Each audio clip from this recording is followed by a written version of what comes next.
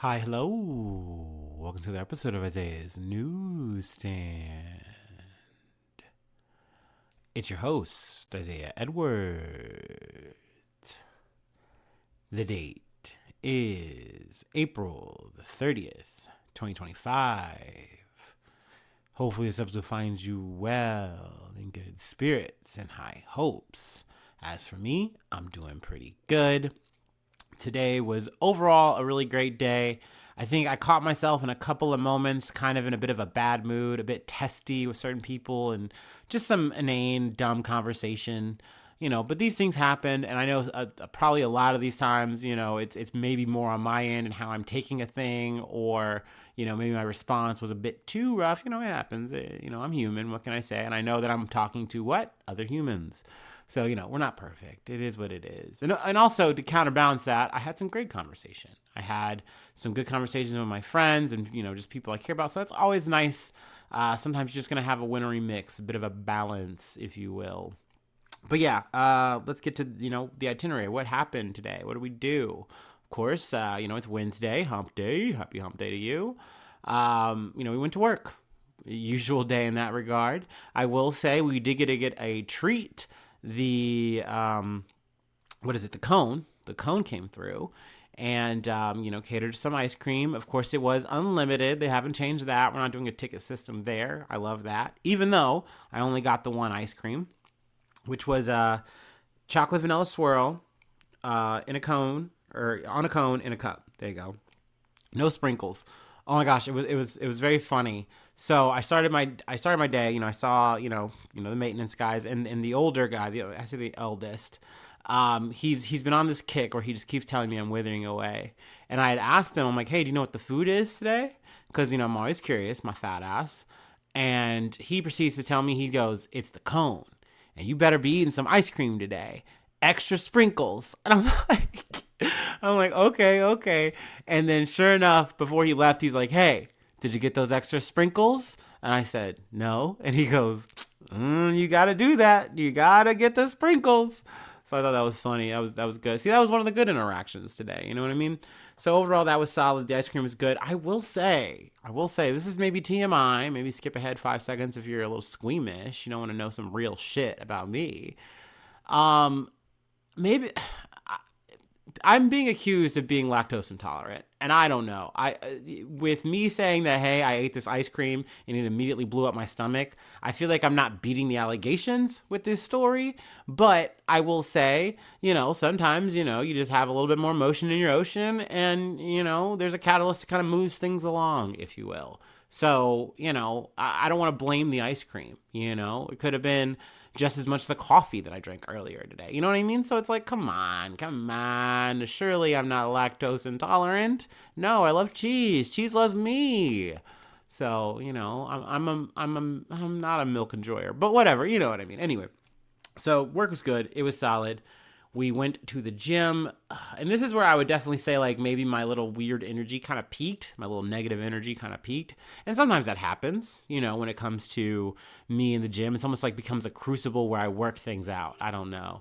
But there was also just so many people, it was post 5 o'clock, or, around the time 5 o'clock hit. So it was just like, ugh, great. There's just ass to elbow somehow, some way where I'm at, and I have to bob and weave with like a barbell in my hand and shit. It's it's not fun.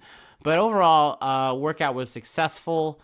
I do feel like I'm doing a little bit less weight training. Like I guess these days, like I kind of maybe taken off maybe 15, 20 minutes or so. So now we're coming under the 2 hour mark. And so I think that might be honestly a good thing.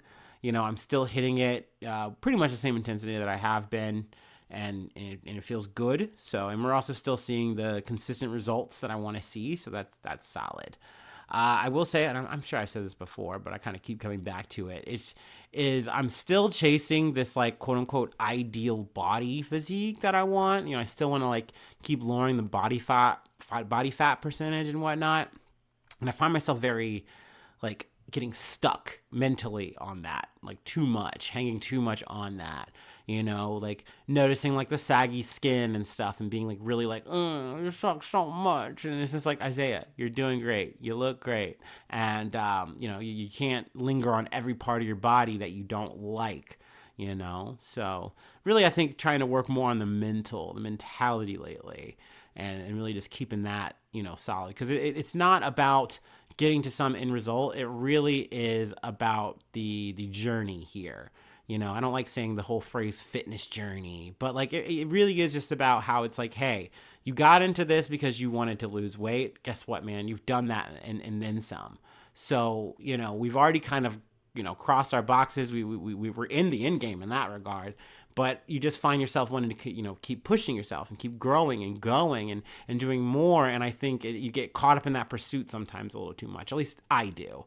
So I'm working on maybe curbing that a little bit. Hence why I'm giving myself a pat on the back for not like going harder at the gym.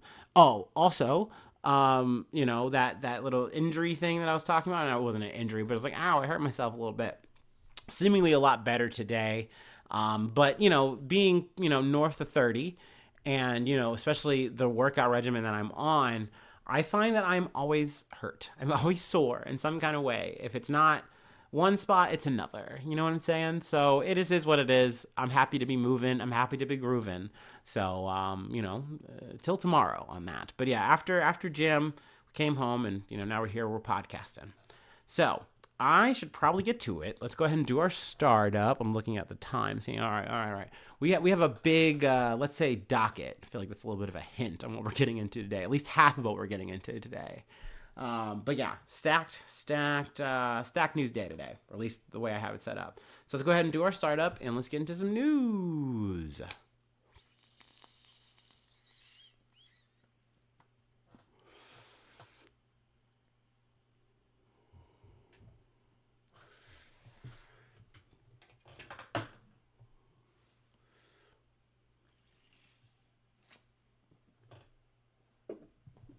Oh. All right. From Politico. U.S. and Ukraine sign agreement creating investment fund after months of negotiations. The U.S. and Ukraine have signed an economic partnership agreement to develop mineral resources in the Eastern European country amid its grinding war with Russia, the Trump administration announced Wednesday. As part of the agreement, the U.S. and Ukraine will cooperate to establish an investment fund to help rebuild the Eastern European nation as the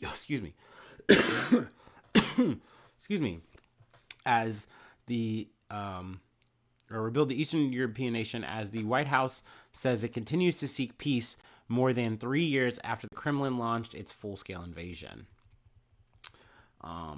Let's see here. I'm skipping a part to this, what I have highlighted. Ukraine will retain full control over its natural resources, and state-owned enterprises will remain state property, the country said in an outline of the agreement. The U.S. will contribute to the fund through direct payments or through new military assistance, according to the outline. Ukraine will contribute 50% of the future revenue with royalties from newly issued licenses for critical materials, oil, and gas exploration. So we've talked about a little bit about this deal in the past. I still think it's ass. And essentially this came up around the time Zelensky was getting chewed out of the Oval Office by Trump and JD Vance. They were two-timing him. They were two-manning him. But, I felt like this was a really raw and bad deal for Ukraine. And if anything, the silver lining of that was at least you got out of here and you didn't sign that bullshit. But then he later would go on to say, yes, we're going to sign it. We're going to do it. We're going to do whatever the fuck keeps you guys in play with us. We need you. And it looked like they were, poised to sign it. Now, they recently met over the Pope's dead body, quite literally. And they had a little sit down. I have that in the thumbnail. It definitely seemed very awkward. I guess they kind of had a little bit of side talk. They were encouraged by, some other, nations or whatever. And Trump sat down with Zelensky and they both kind of said what they wanted. And, I think essentially Zelensky's like, I need you to put more pressure on, Putin. And Trump's like, I need you to sign that mineral deal.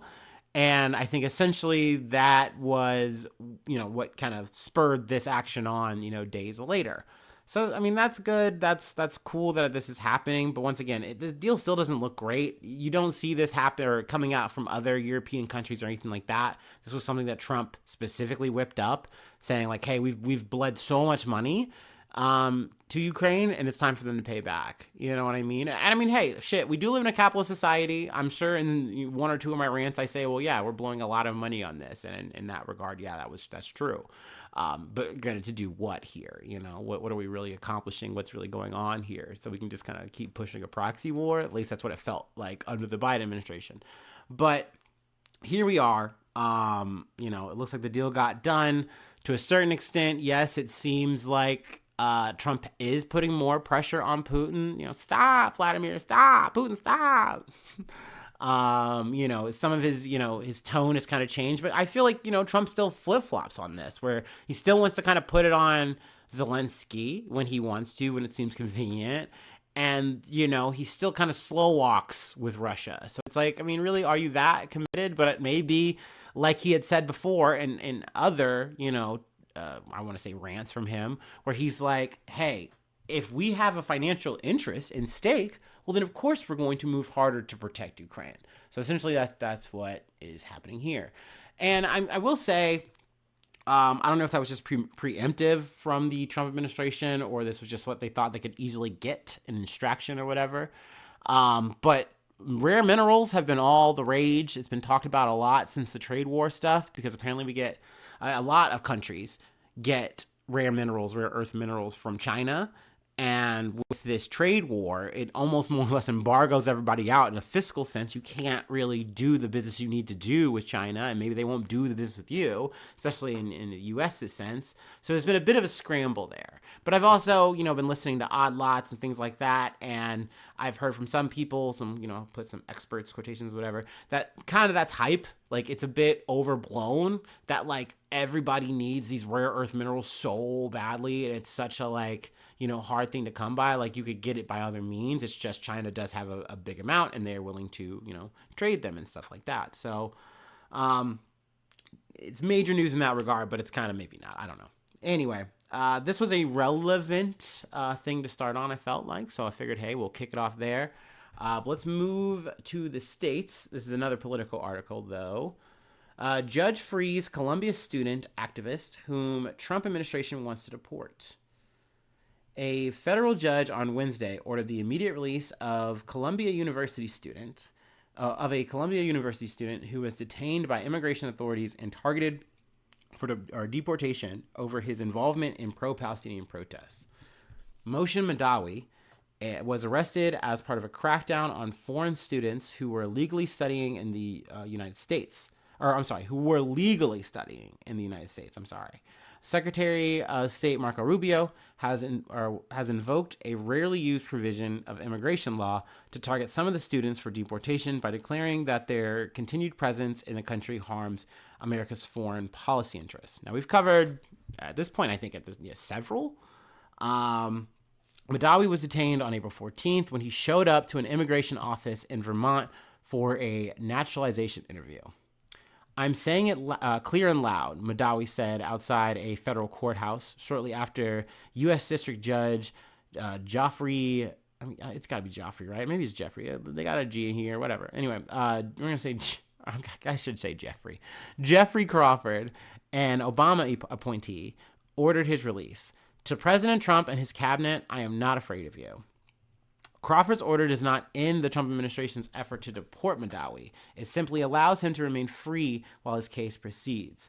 Another federal judge, Clinton appointee William Sessions III, had previously blocked immigration authorities from transferring Mahdawi to a detention facility in a more conservative judicial district, a strategy the Trump administration has used with other detainees. I think this right here is the core reason why Mahdawi was able to be freed as a free man currently fighting this, as opposed to being detained, as opposed to like it's a near miss that maybe they don't send you to El Salvador or something. Because the Trump administration has been very tactful, very swift in how they move and what judges they send these people to. Especially with, from what I remember from the Mahmoud Kalini situation. or I'm sorry, Mahmoud Khalil. His situation, he was put in front of a judge that was I don't think, maybe he wasn't a Trump appointee, but it really doesn't matter. He was under Trump. Like, essentially, like, that was his judge in his administration. So, yes, he was an appointee. I'm just kind of freeballing this a little bit. But essentially, there was no way for him to not do what Trump wanted in that situation, which seems like, damn, that's pretty fucked up to, like, have that kind of setup here. But, I mean, hey, that is the democracy at play here that we have in America. So, essentially, he was like, yeah, okay. So, I mean, or he might have just been on the same wave and was like, yeah, I would say, no, detain this guy. He can't leave. And with the other detainees that were students that had, every legal reason to be here, every legal reason to express themselves and talk about these issues that are going on, they were essentially like, nope, you're a threat. You're causing potential anti-Semitism and supporting terrorism, and we can't have that, says Marco Rubio. So essentially they were able to move, and because of the judges that they picked and selected, I think that really is playing a big factor here. So at least that there is a light here, that Dowie was able to be free. I think that hopefully bodes well for the future that, hey, once again, this Trump administration is not ironclad. They can't just move with complete impunity, that there are, once again, judges that are going to fight, and not just fight, but it also is going to do something. It's not just going to be a zero-sum game that we're playing here, that we're seeing unfold before our eyes, I should say. Because really, are we playing at this point? Like, post the elections, it kind of just, all the die is kind of cast. What was it? I'm just kind of segueing out of here in a little bit of a spiral. But there was an interview, I believe, with ABC News with Trump. I did not listen to the whole thing. I've kind of just seen some clips and shit like that. But essentially on the means of like tariffs and things of that nature, he's like, well, you guys, like, America voted for me to do this. And like a lot of people are pointing that out as like, no, that's not what we did. You said you were going to lower grocery prices, and you were going to, solve shit with Ukraine, all this stuff, running it back on them. But at the end of the day, they did vote for him. Like, there are people in this country, and he won by a popular vote. Yeah, maybe not for a massive blow up, but he did win to do whatever the fuck he wanted. Like, sure, he said a lot of blah, blah, blah, blah, blah, blah, blah, but everybody knows this man is a fucking liar. Like, they just do. Every time we come to this, I always wind up popping off in some way, shape, or form when it comes to Trump. But it's like, this is what America wanted. And it's really sad, and it's really fucked up and frustrating. But, like, they don't care. Like, once again, you can reference all these people, these core people, and, his little fucking cult, this little MAGA movement. They're like, no, I don't care. I believe in this man. Whatever he says is the gospel. And they're going to run it. So in some ways, I do agree with that statement of like, you guys did vote for me to do this. It doesn't matter that I'm boldly lying right into your face, but like, you did vote for me to just wave my magic wand and say whatever the fuck I wanted. And now this is my goddamn empire, dude. Our fucking orange Nobunaga Odo. I keep coming back to that dumb joke, but it just feels so weirdly, annoyingly relevant to me. And here we are again and again and again. Also on that interview, I think, I know I'm getting his name wrong, but Abrego Garcia, he got brought up. Essentially, Trump was like saying, hey, I have the picture to prove that he's MS-13. And it's like, literally, I like the reporter or the journalist is like, we can go and try to verify that, but people are saying that that's not a direct correlation. And he's like, it is. It just is. Like, you need to just say that it is. And it's like, bro, you're like live gaslighting this dude right in front of it. And like, it's just so uncomfortable. It's so awkward to just see this shit. And then also you go to El Salvador and you literally have, people in that administration saying like, well, yeah, we don't, like, because the U.S. can't technically confirm that he's MS-13, we actually can't confirm it either. But, he's still here. Like, our job is to facilitate all the criminals that you guys send, and we're going to do that to the letter. So, the beat goes on in that regard. But yeah, man, it's weird. I try to avoid the interviews and podcasts with him. They just get so long. I've talked about the weave, all that bullshit, but usually I can't stand more than 10-15 minutes. I know it's part of what the gig is, but I just kind of get the clips. I get the gist. You know what I'm saying? Anyway, I know I'm already going along on a long episode, so let's keep it moving. I'm sorry. From CNN, American detained in Belarus is freed. An American detained in Belarus has been freed. Special envoy for hostage response Adam Bowler, and a second U.S. official told CNN on Wednesday. Yuris Zankovic? We're going to say Zankovic. Zankovic? Question mark? No, whatever. Was arrested in Moscow in 2021 and then was brought to Belarus capital Minsk, where he was accused of being part of a U.S.-backed coup plot against Belarus strongman leader Alexander Lukashenko. The U.S. State Department denied any such involvement. Zankovic had been declared wrongfully detained in February 2025. There was not a prisoner swap that led to his release, Bowler and the unnamed official said. No exchange, Bowler told CNN Wednesday. It really was an open-mindedness to have a discussion, but I think it's real hard for us to have discussions when people are holding Americans. I always, my haunches go up. I always get the question mark above my head whenever I hear these kind of deals that just seem so one-sided and like, what's the gain for the nation state that was holding the prisoner? Like, what are you getting? And maybe it is currying favor. This is one my speculation hat just slid on here. Maybe because of all the tariff shit, you say, hey, we want to talk to you about X and Y and maybe working on this and that, maybe because we like our things that we get from you or whatever. Can we make something happen? And it's like, hey, can't talk. You got prisoners, bro. We got to talk about that first. Once again, I don't have any credence to that. I'm just spitballing here. But I do find it interesting. I mean, maybe I'm just jaded. Maybe it really is goodwill. Maybe they're just like, you know what? No, we can do that. We can let this guy go. It's not even that serious. I don't know. Who can say? But that being said, it is good news. I think he's supposed to be back home or back in, in the States in the good old US of A by Thursday. So that's good. That's cool. There's details. I will leave that for you, my mystical, wonderful readers, because we have to move to our second act, and I don't want to, waste too much time. Or I might get grinded down here, or maybe not. We'll see. But let me take a water break, and we'll go ahead and get to some Supreme Court cases. I don't know if this is like your favorite when we talk about these, or your least favorite. I'd say for me, it's kind of my least.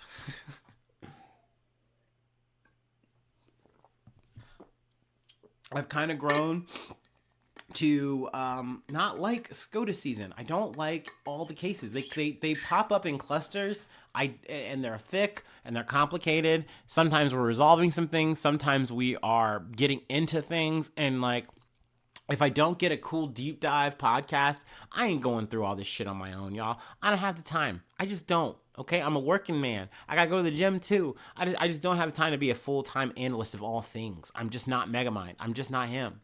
Anyway, from the Associated Press, Supreme Court seems likely to rule narrowly for family whose house was wrongly raided by FBI.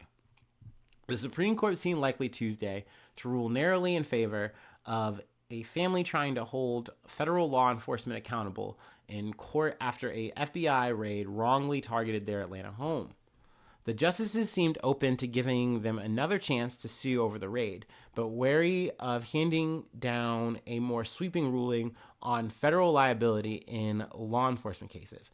I hate when they do this, by the way. It is essentially kicking the can back down to be solved, but essentially saying, hey, solve it one more time and that's what's gonna stick, maybe. Like, I just don't like it. Just do the thing that this literally got given to you for and you accept it. Like, fucking rule on it. Like, we just think that we are, but we also are gonna leave the door open. Like, I don't know. I always kind of find that'll be a little bullshit whenever that's kind of the way it shakes out.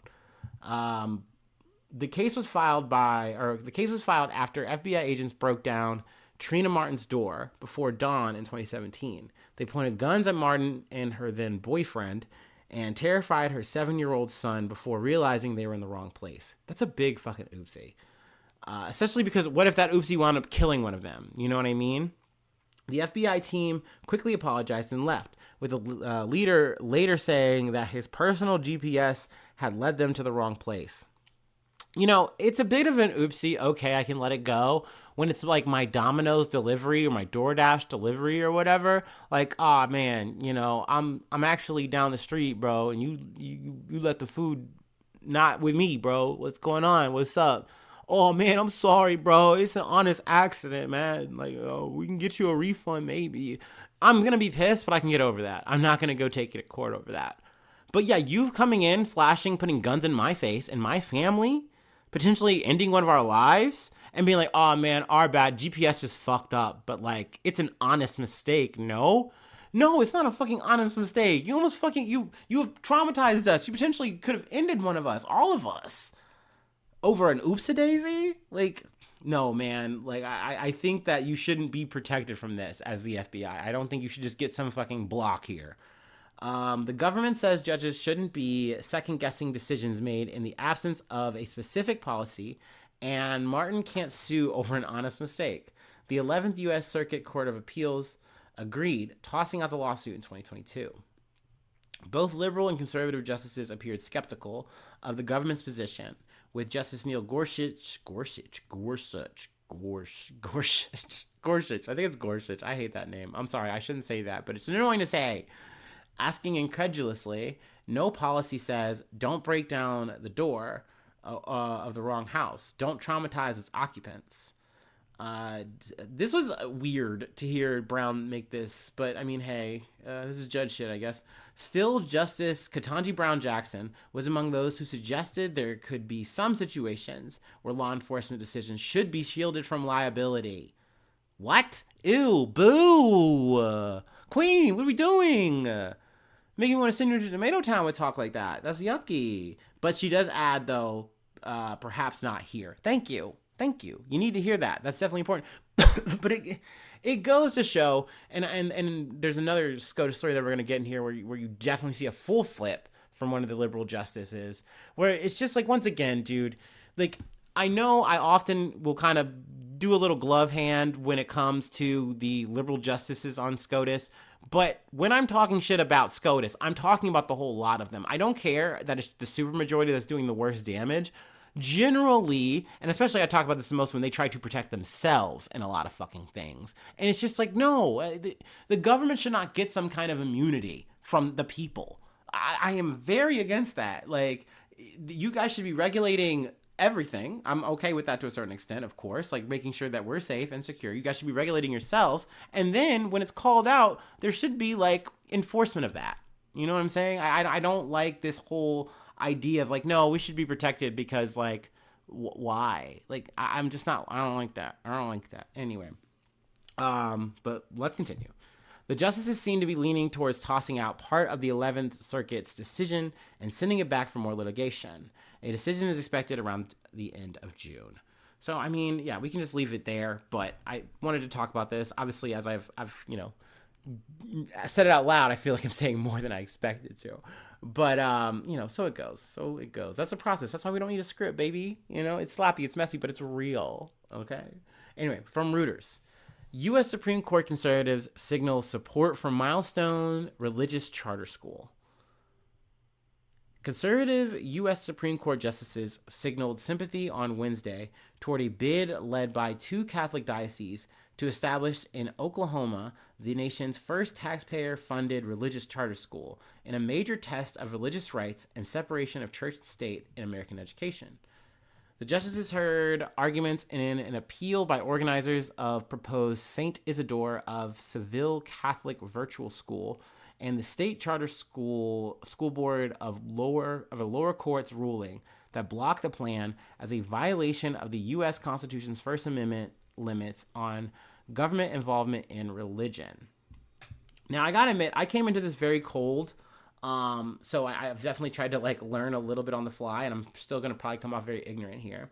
But set up as alternatives to traditional public schools, charter schools typically operate under private management and often feature small classes, innovative teaching styles, or a particular academic focus. Now, because of that, I always kind of thought that they were more of a private situation, but no, they are funded publicly. They are taxed, or they get tax benefits and stuff like that. So they are different than an actual private school. It's almost like that hybridization, but it really is more in the middle than I thought it was, right? So that was a learning thing. And charter schools are considered public schools under Oklahoma law and draw funding from the state government. Now, Also, it's worth noting, they talk about the 6-3 conservative majority. I was surprised to see that Amy Coney Barrett, I guess, recused herself from the case. I feel like that's so rare, especially for a conservative justice to do, to be like, oh, I have a compromised bias here, so I'll sit out. Yeah, you just rarely do see that. So I was like, okay, that's interesting there.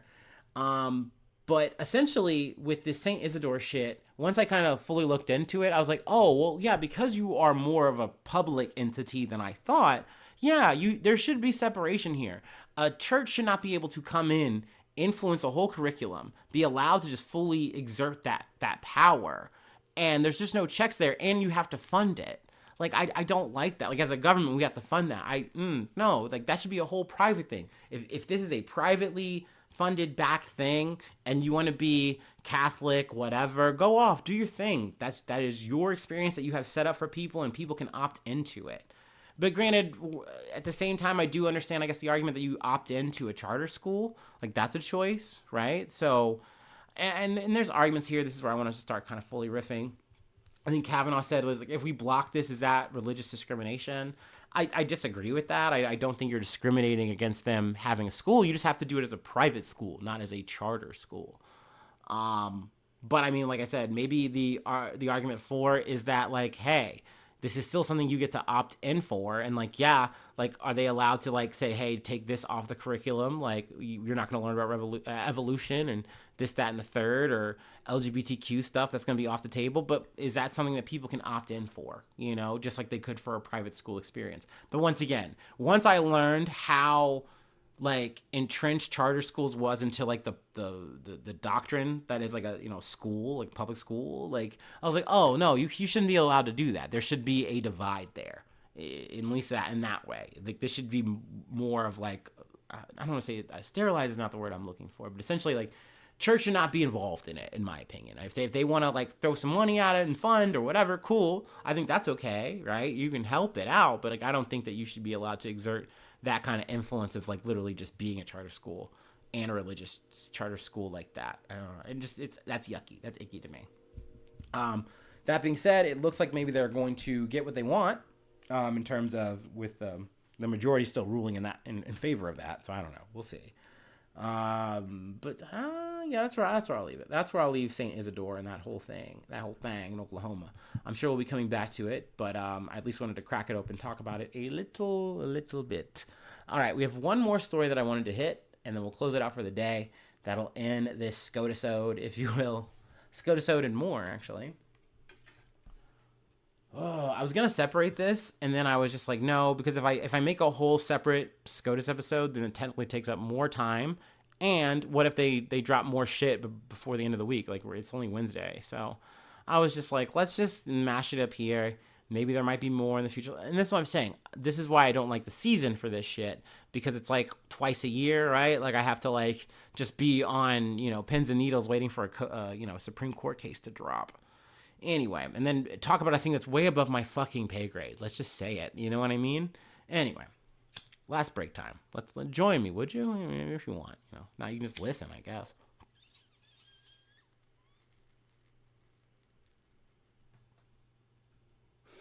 Dude, shout out to the real ones. Maybe the real one. Actually, I know a friend who did this. They told me they did. That they're like, yeah, dude, I listened to you on the way to the work, man. You know what that means, brother? And I was like, dude, hell yeah, bro. I'm like, that's why I really do it, brother. Yeah. Oh, man.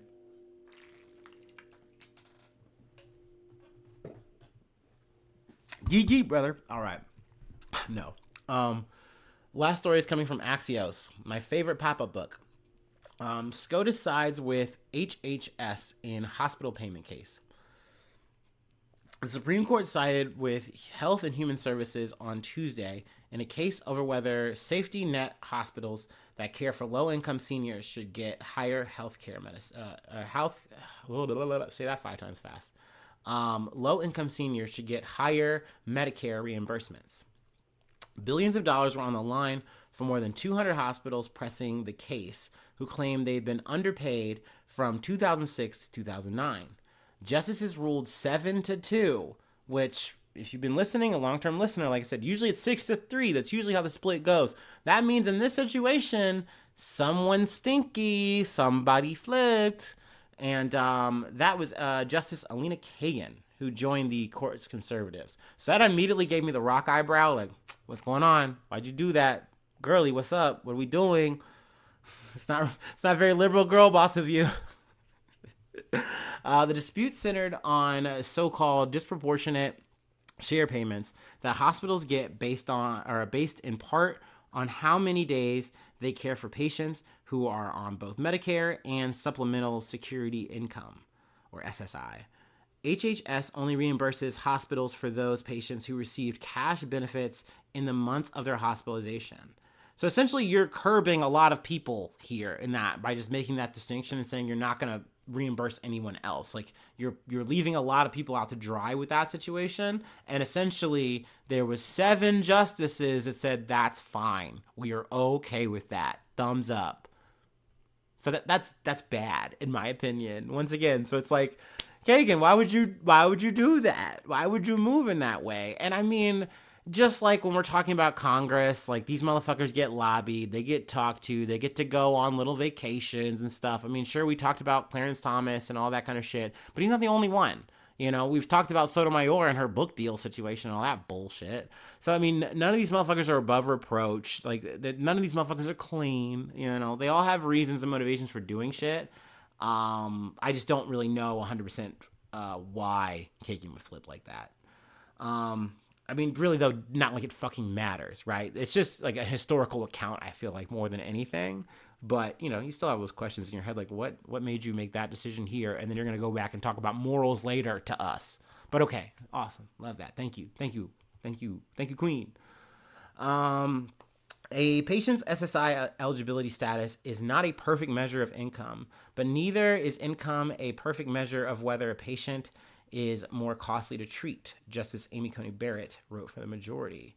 In the end, the Medicare fraction of ultimate DASH adjustments reflect a balance of multiple competing interests, including increased funding for hospitals, administratability, efficiency, and allocation of finite resources. Justice Ketanji Brown Jackson, joined by Justice Sonia Sotomayor, wrote in a dissent that the opinion endorses a formula that arbitrarily undercounts the low-income patients served by a hospital. The decision the majority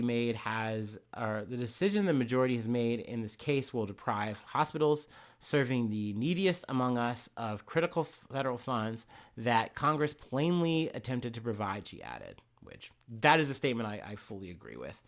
I think this is a bummer to hear. I mean, it's like, yes, you're still getting something, but once again, people are going to get left out in the cold with fucking nothing.